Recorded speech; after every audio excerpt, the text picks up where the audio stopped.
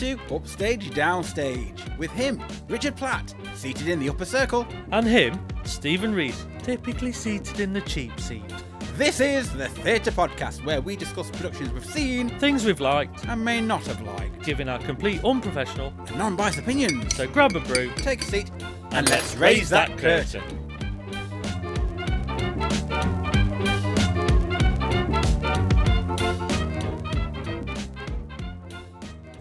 On today's episode, we'll be discussing Mary Poppins The Musical.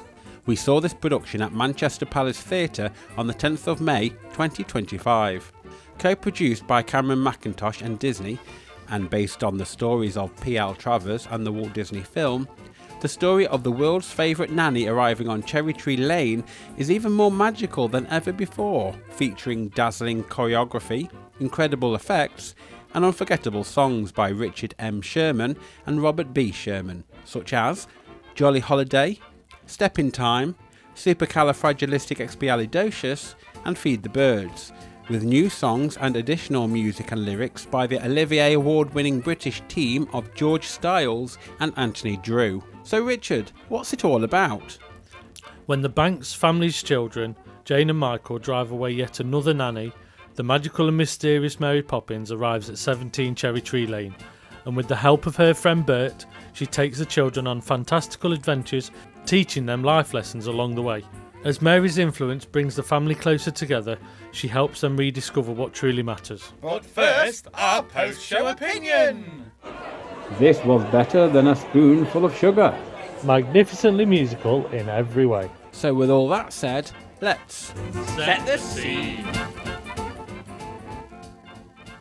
So Richard, this was my first time seeing Mary Poppins the Musical. Was it yours? No. No. You've seen it before? Never seen it in my life. Lies. Just a few times. Now what you said to me was you've seen another version of that one. I've seen the original West End version, and then I've seen the tour version. So this tour one that we're talking about now has had it's got a deleted scene. It has, but we can talk about that soon. That's fine. I just thought I'd just say it to begin with. Yeah, though they've swapped scenes, it's not deleted. So they've changed it. They've an altered scene. Yeah. So the scene we're talking about is going to be the altered one from the original. Okay. Well, we'll bring it all what they've done as and when. So now then, you're probably best to describe the set then. Not like you don't anyway. Well, why change up to 5 times? So would you like to describe the set? Talk about the set to our listening viewers. I can do that. Go on then. So, as we walk into the auditorium, all we're really presented with is the Mary Poppins iconic logo that is from the film and from the stage show, and a silhouette of a typical London night scene. So you've literally got all the old Edwardian houses with chimney coming out of the smoke. The chimney coming out of the smoke? Smoke coming out of the chimney, not chimneys coming out of the smoke. So very similar to the scene that you see in Step in Time in the film. It's almost the nighttime scene, just to welcome you on stage, so you know what you're coming to see. Really, in the current version, what you actually see from that is when the curtain goes up, is a pop-up book image of Cherry Tree Lane, number 17, and it's just the house.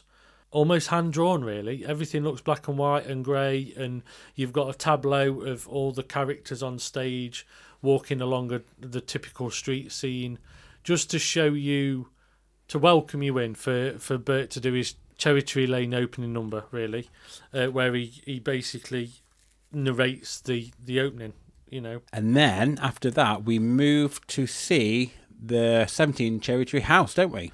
Yeah, so the house is there on stage as a hand-drawn, what looks like a hand-drawn object, really, but it opens up like a pop-up book to actually become like a doll's house. Like a doll's house, into the rooms of the house, with the staircase and the pantry, scullery underneath the stairs, and then opens out into the stage, so you've got a fully grown house then for the opening scene, really. And the set was designed by Rosalind Coombs and Matt Kinley, which I thought did a brilliant set. Yeah, Really, definitely. Spot on. Yeah. And another part of the set is where we spend some of the time is the Jane and Michael's bedroom as well, which we see, but that gets separated, doesn't it? So that gets brought down. That drops down from the ceiling, and also the house that we talk about spins around and becomes the scullery as well. So you see the whole you see the other side of the house, but it's all built into this one piece of set. And then throughout the production, you get the park gates come out and the park railings come out from the side that just show you that we're in a different place. And it's all very iconic towards the actual film itself, so it doesn't really deviate from the aesthetics of the film. So unless it goes into the realms of the novel, where Yes. you've got the that lady's tent shop. So not just the film, but it goes into the novel section for some particular scenes, like Mrs. Corrie's. and the statues shop of the park as well. Which we'll talk about what they use them for in a bit. But yeah. So but even Jane and Michael's room, it feels like it's the same layout as the film. Yeah. So you've got a lot of links to it's very grounded in that of which we know. Yes. Yeah, definitely. Yeah. I thought the whole set design, with it opening up like a little doll's house, and then them replicating the little doll's house of the house as well in exactly. Jane and Michael's bedroom. Yeah. I thought that was lovely. It was a nice Yeah. stylistic approach to it. It also it gives me like story time, Yes. very children's, keeping it all in the theme of children's entertainment, and not just children's entertainment, Yeah, I know but what you mean. like storytelling for the children and the whole narrative of it all within that world. I think it's very easy to try and replicate things with projections, or to use modern technology to create certain things, and I think they've been very restricted in making sure this felt of the area, of the period, in the same aesthetics as the film. Yes. So that you felt like you could still go and watch the film and not be disappointed, because even though it's slightly different, you'd still gain something from going back and revisiting the film. You don't feel like you're going to lose out. I feel like that's... No, this is everything and more. Yeah, it is. And I think you also get the understanding that this is theatrically different. Yes, definitely. Because it has to be. Yeah. You sort of don't necessarily want too much of the film on the stage, otherwise you might as well just stay at home and watch the film. Whereas this gives you a lot of nods to the film, Definitely. so you feel safe and you feel comfortable that what you're watching is right, but also it allows itself to give you more of an experience in real time, in real life, so you're physically there as well. Definitely. And another thing to remember as well is, with a film, you got a lot of close-up action on a film, with the camera in the face of Mary Poppins or the children or the Bankses, or everything that happens in the house. Well, on stage, you've got a lot of people in the cheap seats that have this production attracts a lot of children. So if you're watching it right at the back, you need to get something out of it, rather than having to watch it on a little screen where everything's focused. You've got to have a bigger event. A director of the film will tell you what to see. Exactly. By the shots that they choose. Yes. And obviously when you're watching a stage show, you can see it all. And what I particularly liked about this is the fact that we got to see everything within that house. So we did see the whole turning around of it. You saw the scullery, the kitchen area open up. You saw even the banker's scene as well. And the way they angled the set, so the pillars looked like they were going up at a certain angle, so it looked bigger grand. than the stage. Exactly, so it sort of like minimised, shrunk you as an audience member to see these huge pillars of economy. Yeah, definitely. And the financial industry which Mr. Banks is in. Yeah, exactly. As well. So it's all very nice. I like the whole stylistic approach to that, and also the cleverness of the mixture of colour use. So you'd got quite dull and dank scenes throughout the production. Yeah. To then, especially when it's every day. Yeah, so life. everyday life, even every day even in the park, house, even every in day the going house, to the bank. everything felt dowdy and tired, and this is just monotony and movement. And then when you go to the jolly holiday scenes, or you go to the supercalifragilisticexpialidocious scenes, you get this injection of colour. So it's very contrasted from this. But I'd say there's a step missing, because when you said like every day was a bit dank, I think they made the bank and the park sort of every day really dark and dank and greyscaled. Yeah. The stuff within the house is it was elevated to be that kind of eloquent and posh and very pastel and very, very calm. Well, because it was of that time, it was quite expensive looking. Yes. But it wasn't grand. It wasn't like deluxe sort of colours. It was just affordable. But then, as you say, when it goes into the theatrical things of the imagination part. The imagination part, that's when it becomes colourful. Because even up on the roof, when they're doing Step in Time and stuff, that was, again, that went a bit dark, because they were like going up the chimneys and they were sweeping. But also the equal effect of that is in the Step in Time scenes. Mary's wearing complete bright red, and there's a red sunset in the background to then enhance it even more. So you get a complete contrast to reality. And the contrast of the nanny, and every other nanny that came before, that was very much like all in dark clothing. Yeah. Now, should we talk about the costumes then? Yeah. Now we're talking about the red coat. I thought everybody had really good costumes in this. The whole period detail was just spot on. The colourful scenes and all those costumes, even down to Queen Victoria. For me, very regal there. But also the statues as well. They, it took me by surprise, because I didn't have any idea. I'd never read the actual the book, but that particular scene and Corrie's tent shop. That took me by surprise, because I thought, this isn't in the film. What's going on here? Yeah, exactly. It just threw me a bit. Yeah. But again, the costume for that was really well done. Yeah, and I think even like Mrs. Corrie's shop and everybody that wore costume in that was a nod to like Edwardian Victorian times, but it had a little bit of a cheek or a ruffle or everything felt a little bit more like it felt like its own style, but it still felt in fitting with what you were watching. And even down to, for me, you'd gone from, it's like the scenes in, like you say, the statue scenes. I liked it because even though you walked into the park, you didn't go straight into a jolly holiday where it was colourful and bright, vibrant. This was Jane and Michael interacting with statues like you see kids in a park now, where they'd sit on a statue or they'd play around it. It evoked that kind of childishness of playing in a park when there's no toys or no playground. You have to find fun within whatever is there, and it evoked that until you then went through the jolly holiday part where it's imagination on 2.0 or whatever. Absolutely, yes. Yeah.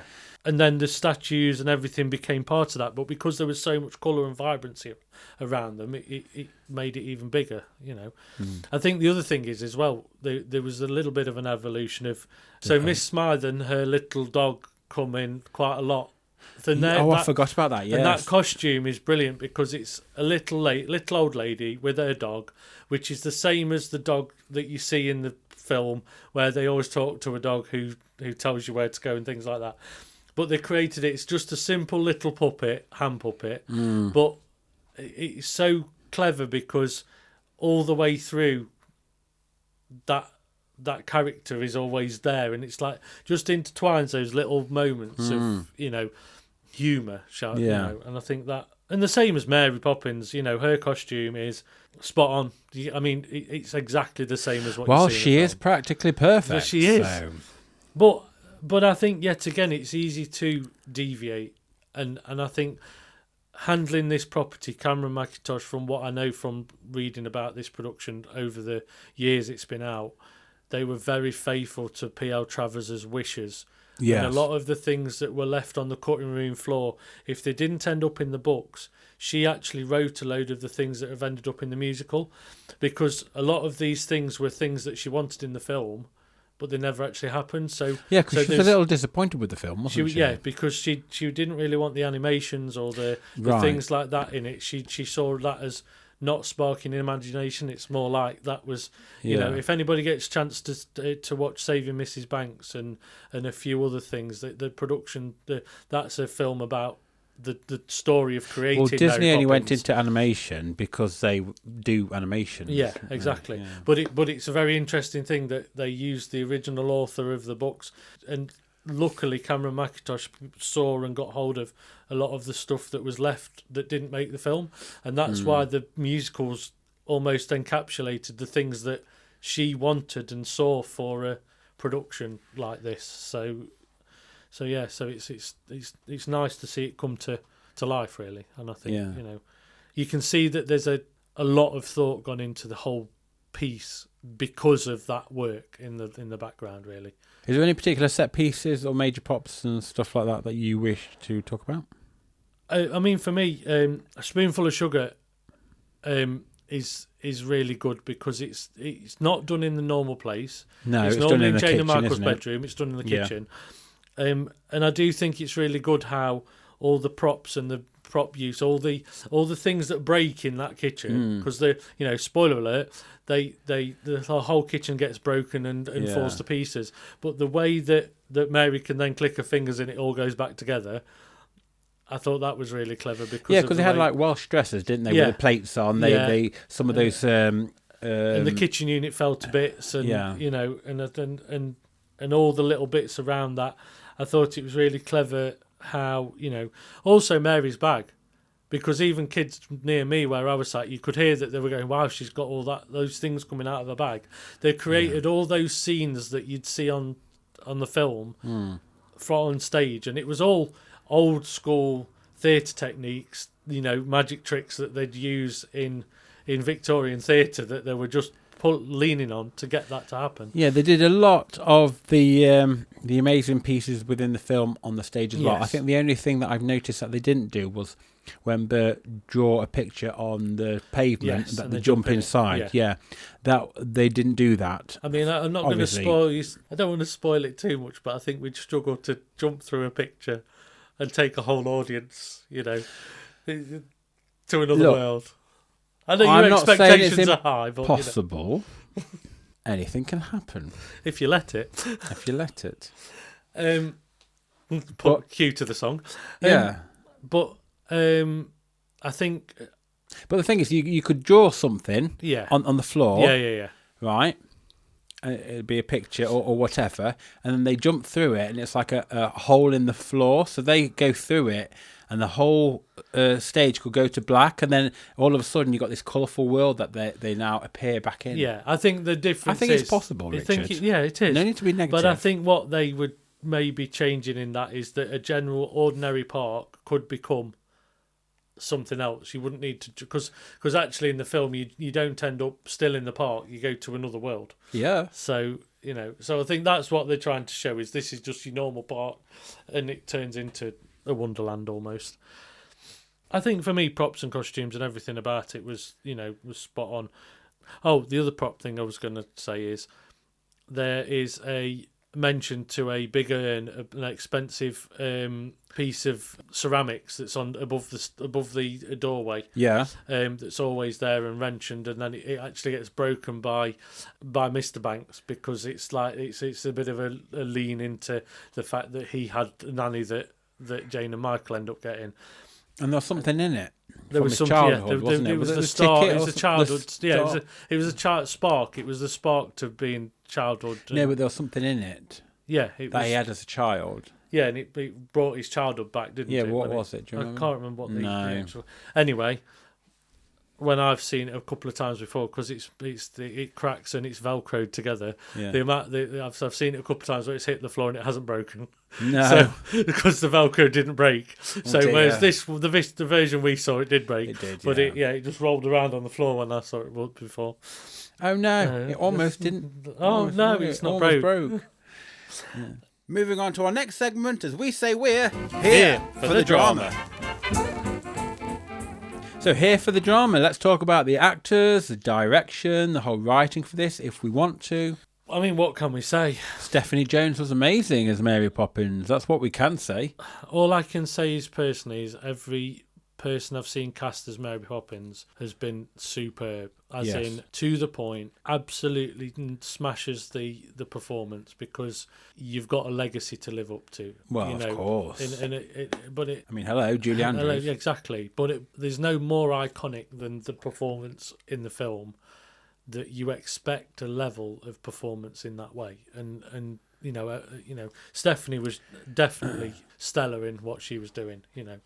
The poise, the performance, the never slipping words, and It's that attitude, isn't it, of being and also enunciating your words and being crystal clear and having everything perfect. Yeah. And your mannerisms, your movements, your style. And also being cheeky with it. It's very like controlled in everything. Yeah, exactly. No hair is out of place. Yeah. But knowing the whim and the whimsy in the lines. Yes. And not just delivering them as a, knowing that every word you say has a point, or has a, it's got a specific need and necessity. We've seen productions where you feel like they throw words away, and it's like, that line was important, or some stuff that I know you've written, Stephen, that some people don't say in a production, and you're like, no, that there was a purpose in that line. Yeah. That there was an intention, and that's the, Some actors don't get it, but anyway. But I think, and this is a fine example of seeing why words matter and why things are written in the way they are written. And I think all the actors did a brilliant job portraying those characters. Exactly that. Like Jack Chambers as Bert. He was very much that character. He was very much. It's like very close nods to Dick Van Dyke's performance as well. So you got the relatability but of with that a better character. Cockney accent. Well, I wasn't going to go there, but he's acknowledged it himself. Yeah, but do you know what? Even do you know what I mean? It doesn't really matter. Exactly. To be fair, No. But that characterization of that, I thought.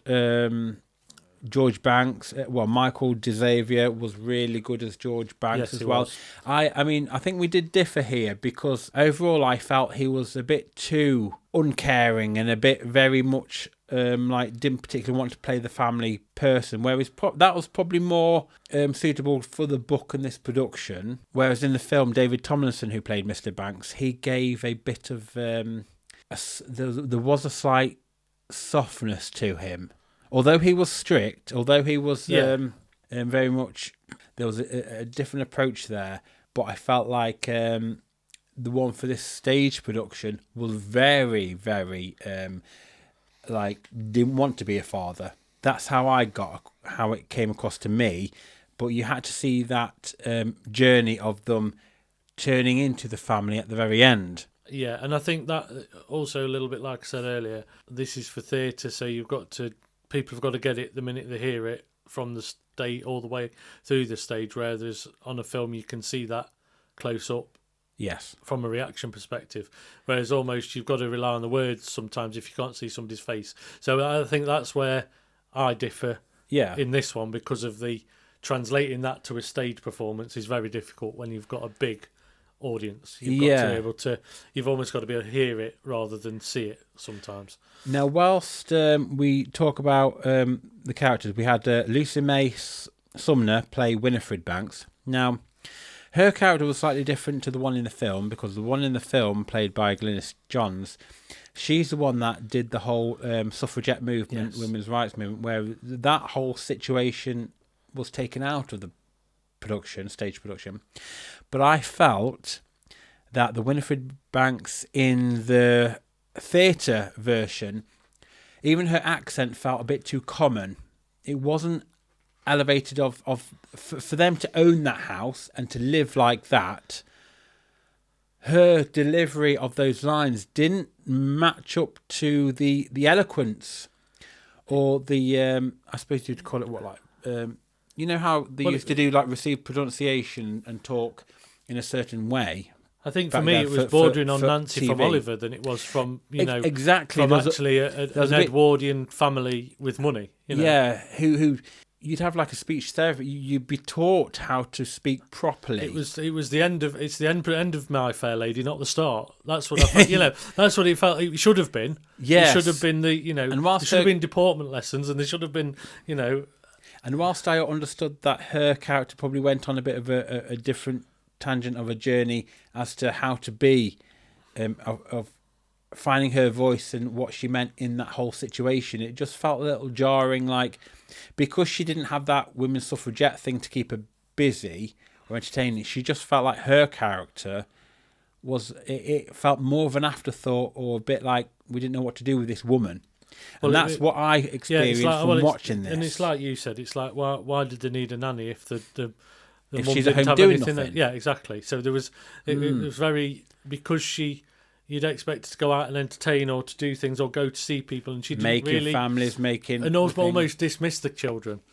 In a way, exactly. It's like you've got to create that whole world of dismissal as to why they need a nanny to fill the gap. And yet in the film, there's a reason why Winifred didn't have the time to look after her own children as well, because she was too busy doing women's rights and doing that movement in that particular time period. And yes, she acknowledged her children and hugged them, but she still went off, and her main aim was to go off and do the women's rights things, and I'll leave you at home. And that's why people of that era had nannies, because the parents were both busy doing their own thing. Yeah. Even if it was taking tea and playing bridge, you just didn't get that image that she was out there doing anything. Because she didn't even feel like, with her dialect as well, like they shouldn't have been together really. If he was a successful banker and she didn't particularly do anything, and she wasn't really of a particular aristocracy. Exactly. Do you know what I mean? Like, it just felt like they probably shouldn't have been together. No. In a way. So that's the only bit I can see from this production where that character in particular was a bit like, have we got this right? Yeah. What is it? There's something a bit. Yeah.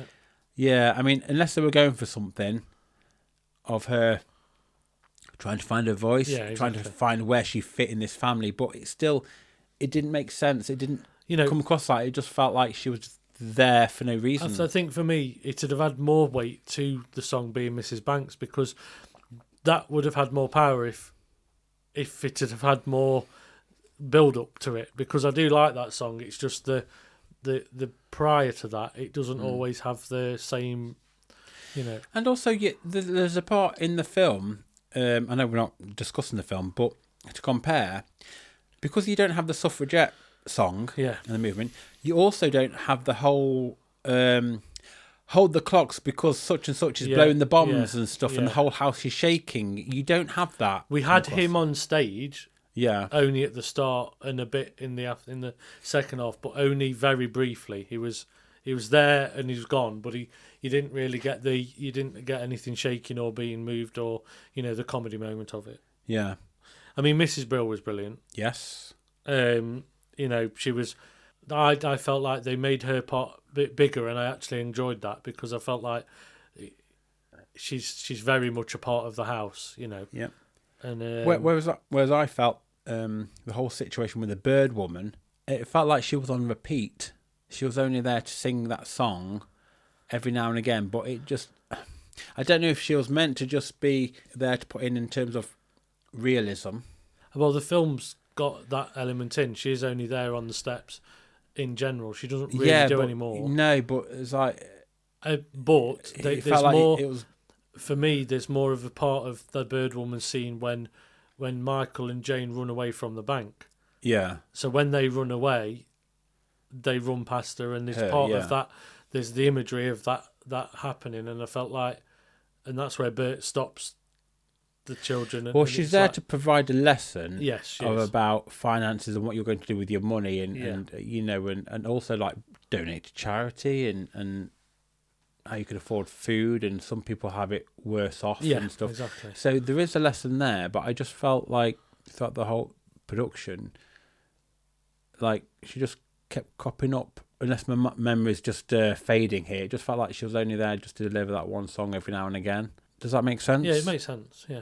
Do you remember it? How I am All I know is remembering she's in one scene, and I don't think she's in. She's in one important scene, obviously that thing, but it just felt like that song was repeated a few times. I mean, I could be wrong.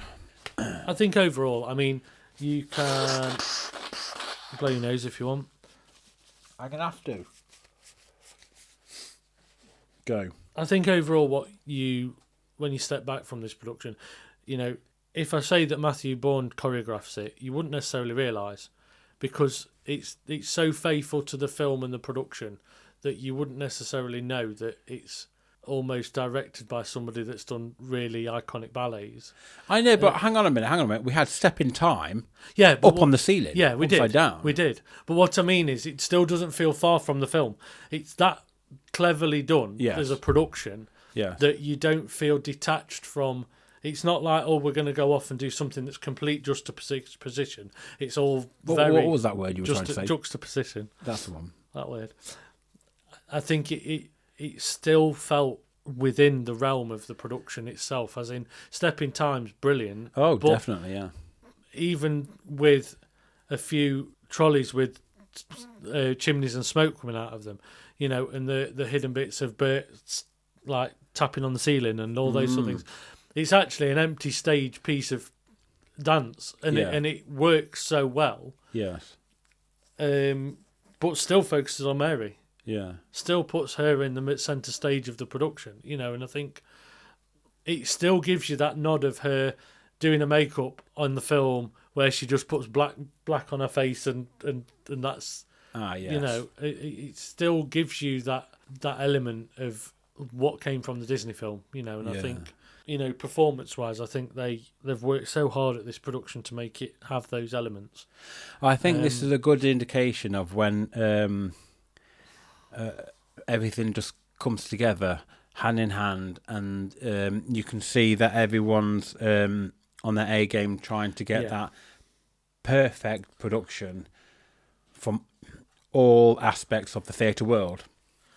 And I think there's nothing more spectacular when you see a lot of these shows just come to light in such a way that it does leave a lasting memory. Yeah. Because, I mean, we just recorded the episode for A Knight's Tale, and I can't remember anything about that. No. Whereas this, I can remember a lot of the big hits. And the intricacies. Yes. And you saw it on the same day. Exactly, yeah. Same day, exactly, yeah. Although I am going to talk about one part that I am disappointed about. Okay, go for it. Which is the playing the game scene, because that was switched out that was the new part that was put in to the production. Yeah, you said that, didn't you? So what was the original? The original was the Court of Toys, which basically I feel has got a stronger, better performance style than actually what they've changed it for playing the game.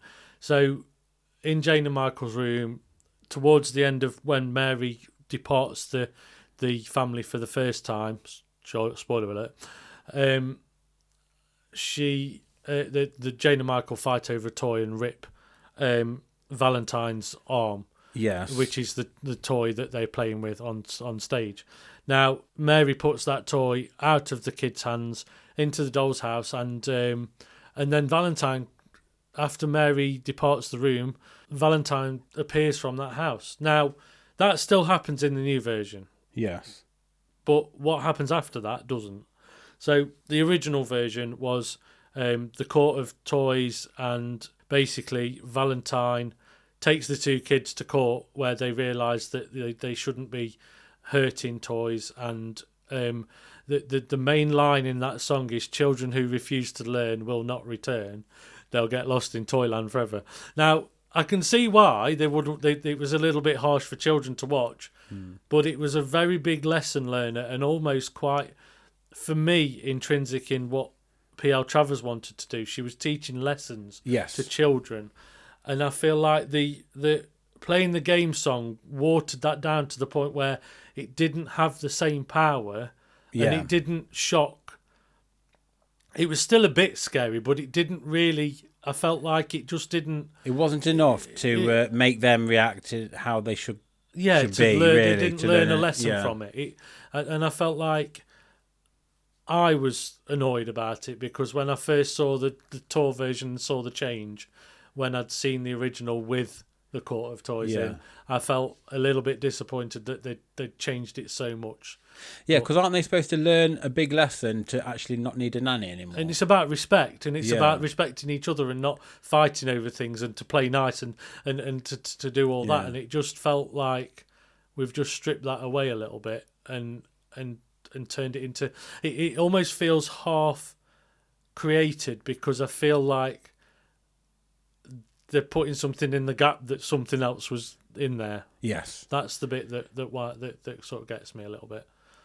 There's some spectacular moments in this, which we've already talked about. One particular scene was the whole step in time one, tap dancing on the ceiling. But another one, which was a really good thing, which actually it made me have goosebumps. It made my nipples tingle. Yeah.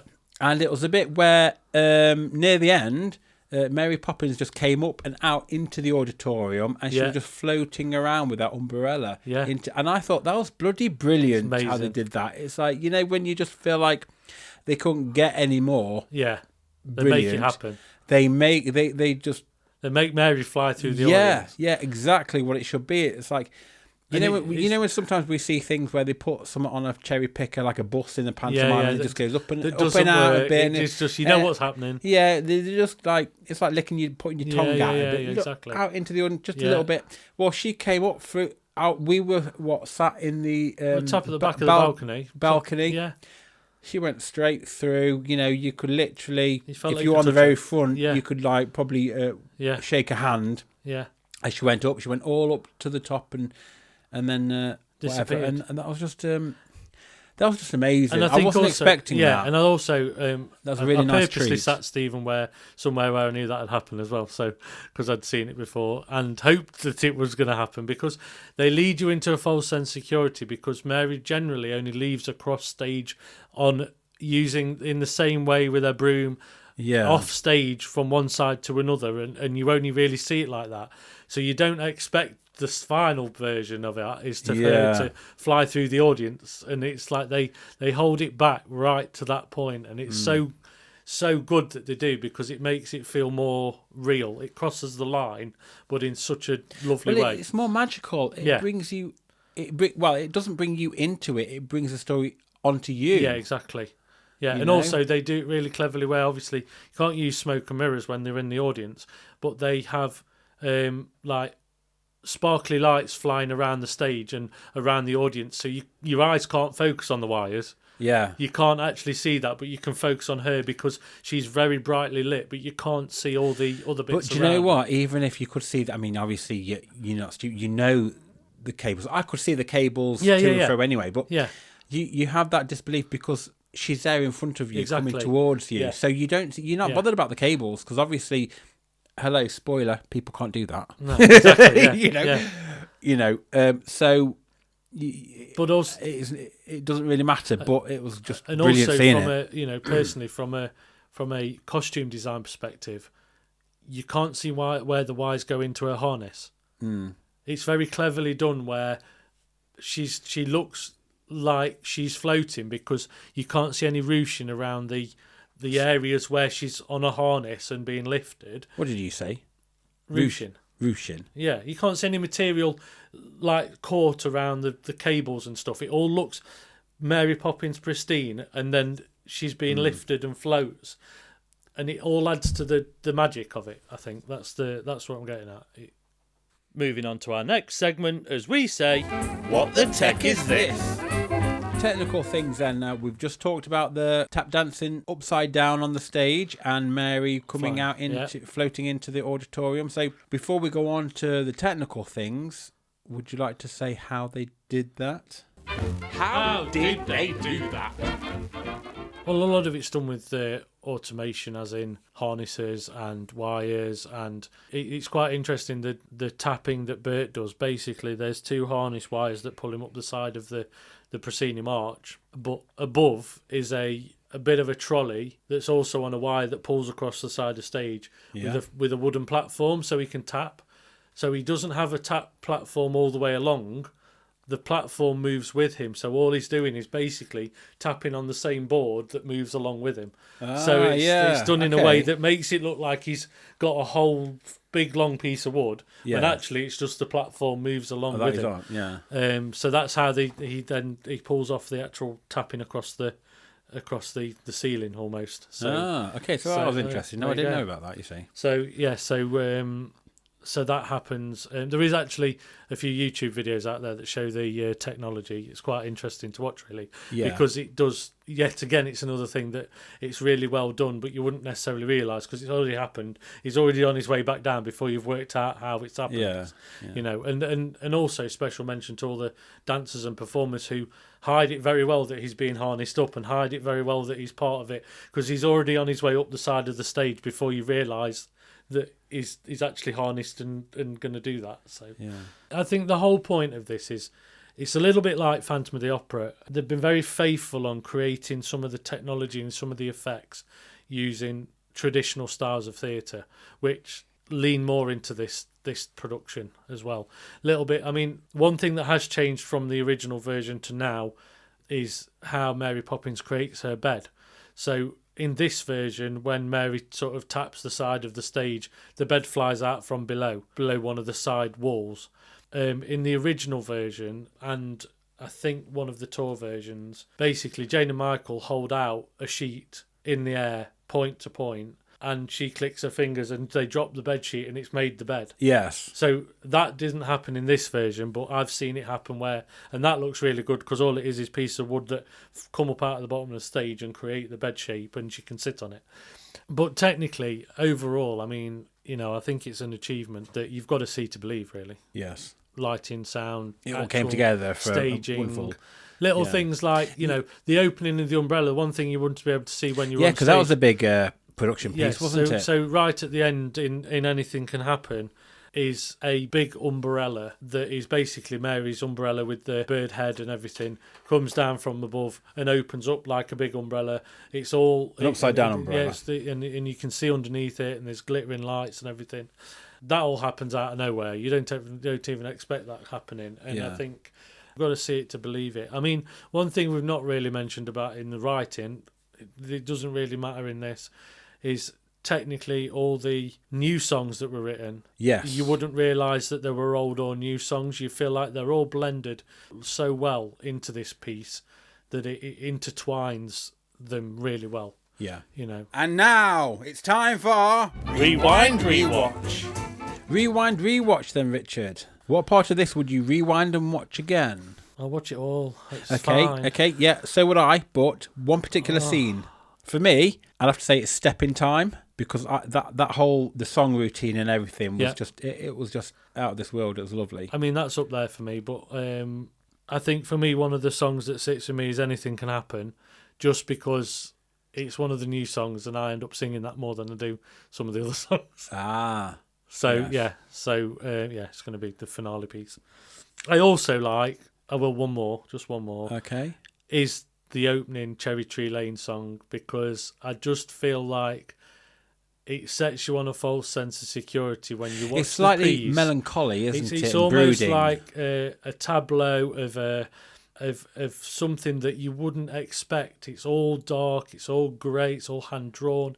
It feels like you're looking at a page in a storybook that's just been hand drawn of a scene, and you're being painted the picture that this is the street, and everybody moves with the wind, and everybody the way they set that up. I just love the fact it gives you chills. And we're watching Mary Poppins. Yes. It's like, this is what's going off. It's such a shock to the system to take you straight into that world. I love that bit. Moving on to our final segment, as we say, Call this a show? I think this is a great musical. For me, it's an industry standard on how to create a movie musical. Take something from a film and put it on stage.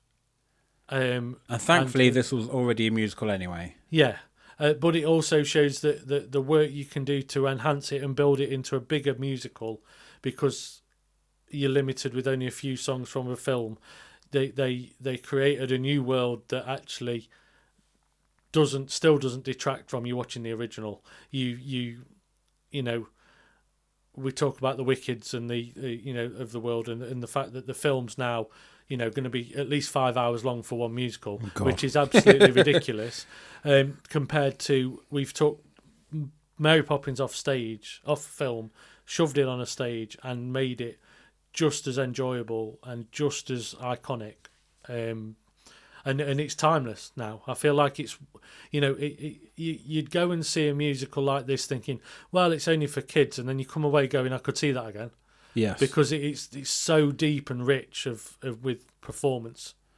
Yeah. That's in retrospect now I've actually seen the production, at least this tour version of it, as well as the film.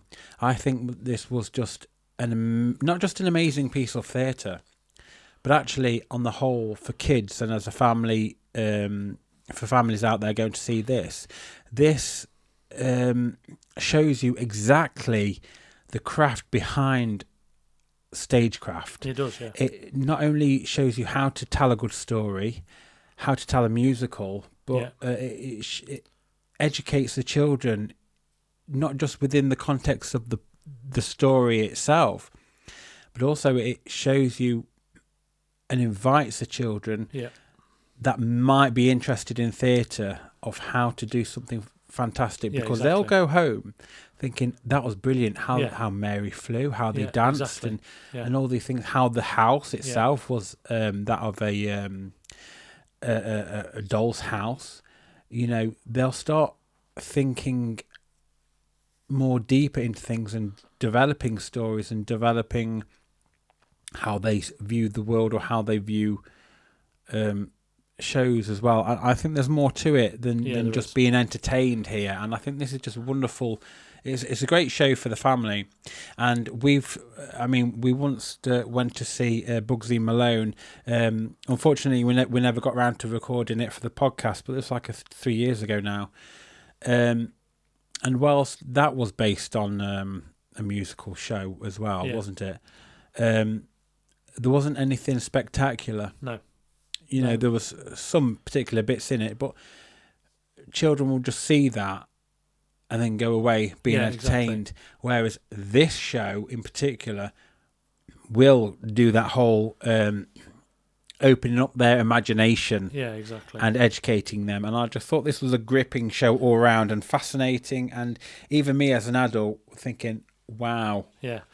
I've learned something a little bit more. And I think it's, exactly. And I think it's also, it's a production that stands up against your King and I, your Oliver, your My Fair Lady, Wicked, all those big musicals that sell out and sell well.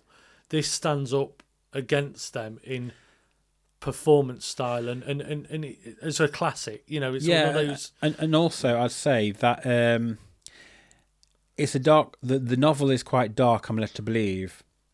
But the whole story, film, the film has been coloured and been light-hearted as well. Now, I like the fact that they kept it tonally dark. Yeah, exactly. And brooding, because growing up with dark films as a child, it it gives you something to be scared of, whilst secretly wanting to like it and wanting to not be scared. Exactly. And I think they're better. I hate things that patronise you and everything's jolly and stuff. Now, this is as an aside. I don't want to know if they're going to do like Return to Oz the musical, and if they dare mess with that and take away the darkness of that, I am going to come for them. Yeah, exactly. Because that is my number one favourite film ever. I think it's a masterpiece. I think as well. One thing we've not touched on is the brimstone and treacle section of this, which is the whole, flip side of Mary Poppins. Yes. And you're seeing the darkness in that flip side of what you could have won.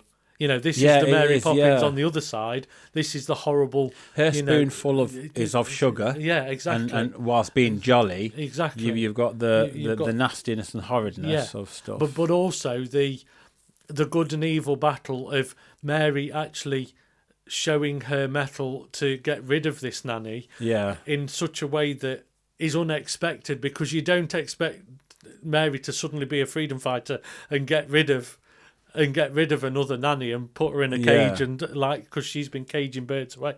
It's such a complete contrast that actually that's what you need in theatre. That's what you need in theatrics. Yeah. They didn't put it in the film, but they put it cleverly in the. It's like you need piece. to be strict. You need to be taught lessons and being strict, but also you can't be nasty. And you can still do it in the same way. You can still do it without having to be like that. This like a way of being, a way of behaving. Yeah, exactly. And certain morals and stuff, which I think generally we've lost along the way. And I think to intertwine the fact that it's Mr. Banks as also nanny, to work that in and to change and his that backstory to make you realise that there's more depth to it, and it's like and even at the end with flying a kite and stuff, it was nice to see that come around. For them all. I mean, obviously you need that for tying up the ends anyway, for showing as a family audience as well, that it's not just about doing your own thing. You've got to come together as a unit as well. And it feels even more powerful when that happens because of all that you've been through. Yeah. Although I still think the whole suffragette movement song, I love that song, so it was a bit disappointing that was taken out of it, but still on the whole it was all right. Now, have we just been doing a summary, or have we just been doing a rewatch? I think we've summed it up, haven't we? We've summed it up, and we've added a few more bits as we talked. That's all right. I thought we would struggle because after so many weeks, I start forgetting who I am, what I'm doing.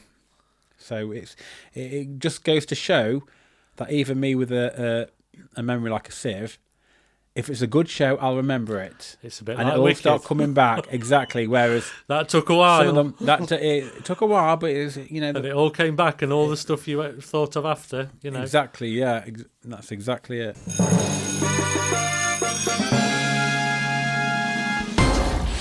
Scores then, please, Richard, for Mary Poppins the Musical on a scale of 1 to 10, with 10 being supercalifragilisticexpialidocious and 1 being a feast full of brimstone and treacle. What's it going to be? I'd like to give it a 10 out of 10. Okay. But it's getting a 9 because of the changes they've made. Okay. And that's it. Okay. And I'm going to join you with that 9. 9.5, actually, simply because I think Winifred Banks deserves the suffragette song and the movement. She needs something to do Fair there. Enough.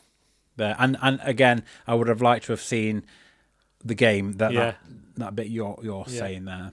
So, what sound effect will you be choosing from the following? A complete train wreck? Tumbleweed? An audible shrug of the shoulders? A slow clap? A pleasant applause? Or a standing ovation? What will it be? It's going to be a standing ovation. Well, every time. And it's a standing ovation from me. Or is it a floating ovation? I don't know. I mean, if Mary can do it, I might want to be flying about the auditorium, clapping my heart out. When I see you standing on a chair with an umbrella, trying to fly, jumping off that chair, exactly. You just want to do what Mary does. Yeah, You'll be more like Mary. Is it a standing ovation or is it a levitation? Levitation ovation. Levitation ovation. It's a levitation ovation from me. Yes, that's the one. Yeah. Woo. So there we are. That's our discussion of Mary Poppins the Musical. We hope you found it insightful. If not, entertaining. Stay tuned as we bring you more of our thoughts and opinions on many theatrical delights in future episodes. If you'd like to get in touch, email us at upstagedownsstagepod@gmail.com. You can always join in the chat to share with us your views of a production. Also, make sure to follow, share, like and subscribe to all our channels so you get every episode the second it's released. And we hope you join us again for another instalment of Upstage Downstage.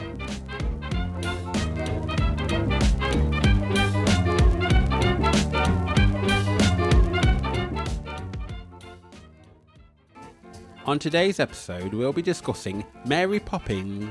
Why did I not do that right? Poppings. Poppins. She's poppings to the shop. Mary Poppets. The Minty Musical. So, Richard, what's it all about? I almost did that in one. You did Olivia. Yeah. Olivier. Oh. Do you want to do that last Well, why can't it just be Olivier phonetic? Award. Olivier. Yeah. Laurence Olivier. Yeah, I don't know why in my head it's because it's not got an A I know, on the end. I get it. When the Banks family children, Jane and Michael. When the Banks family children, that doesn't sound... It doesn't sound like a right word. When the Banks family's children, that's better. So, read it as it's written. I just didn't put the S in it, I put when the Banks family children. I knew It's you'd like- fuck it up with the first couple of words. Of course. Language, Timothy. When the Banks family's children, Jane and Michael, drive away yet another nanny. The magical and mysterious Mary Poppins. Mary Poppins. The magical and mysterious Mary Poppins arrives at 17 Cherry Tree Lane. I know, that's what I thought. Right, let me start again. When the Banks' family's children, Jane and Michael, drive away yet another nanny. The magical and mysteries... Oh, no, come on. When the Banks family's children... And with the help of her friend Bert, she takes the children on fantastical adventures, teaching them life lessons along the way. No, I ended that wrong. Yes. Teaching them life lessons along the way. As Mary's influence begins, I was going to say. As Mary's influence brings the family closer. Together. Yeah, I know. I didn't read that word and I stopped before I read it.